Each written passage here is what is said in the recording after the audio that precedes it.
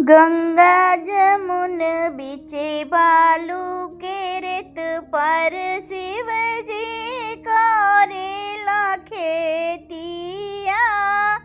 गंगा जमुन बीचे बालू के रेत पर